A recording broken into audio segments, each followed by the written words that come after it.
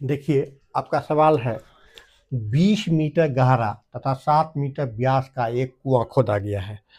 तो कुआं प्राय जो होता है क्या होता है, बेलनाकार होता है। मान लिया जाए ये एक कुआं खोदा गया है, इसकी गहराई है 20 मीटर और 7 मीटर इसका ये व्यास है। कुएं से निकली मिट्टी को समान रूप से फैलाकर 22 मीटर 14 मीटर विस्तार का एक चबूतरा बनाया गया है। इस चबूतरे की ऊंचाई ज्ञात कीजिए। तो कह रहा है कि एक चबूतरा बनाया गया है, तो चबूतरा की लंबाई है 22 मीटर और इसका चौड़ाई है 14 मीटर। तो इसका ऊंचाई निकालना है। तो इसी मिट्टी को इस पर फैलाया गया है, तो जितना इस मिट्टी का आयतन होगा उतना ही इसका भी आयतन होगा। तो इससे आपका एच का मान निकल जाएगा। तो यदि आप मेरे चैनल पर नए हैं तो लाइक एवं सब्सक्राइब कर लीजिएगा। अब चलते हैं हम लोग, देखिए, तो बेलनाकार कुआं की ऊंचाई या गहराई बराबर 20 मीटर और व्यास डी बराबर 7 मीटर। तो आर हो जाएगा D/2 यानी 7/2 मीटर।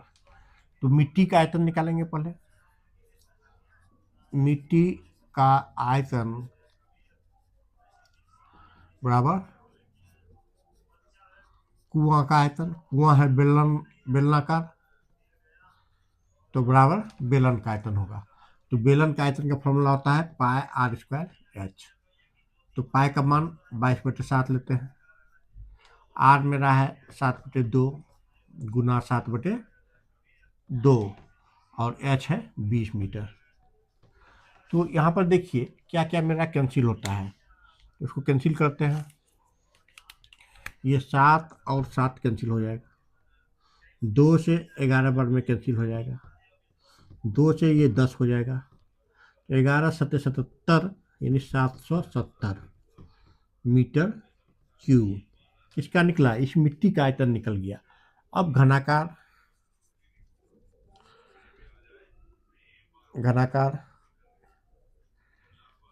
घनाकार चबूतरे का आयतन, चबूतरा कैसा है, घनाभ का आकार का है। तो घनाभ का आयतन होता है लंबाई गुना चौड़ाई गुना ऊंचाई। तो आपका यहाँ पर दिया हुआ है 14 गुना 22 गुना एच, ये निकल गया किसका, इसका आयतन। तो प्रश्नानुसार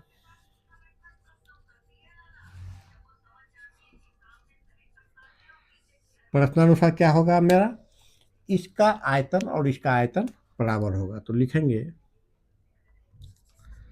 घनाकार चबूतरे का आयतन बराबर मिट्टी का आयतन। तो अब देखिए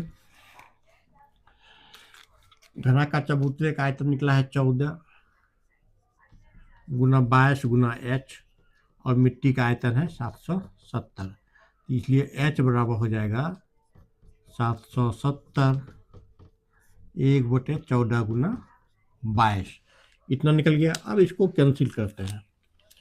तो 11 से 11 दूनी 22, 11 सते 77 70 बार में, फिर 2 से 35 बार में होगा, फिर 7 से 7 दूनी 14 7 5 35, यानी ये 5/2 मीटर इसका ये ऊंचाई निकला। तो इसको पॉइंट में लाएंगे तो 2.5 मीटर, ये जो 2.5 मीटर होगा यही आपका आंसर होगा, यही इसका ऊंचाई निकला।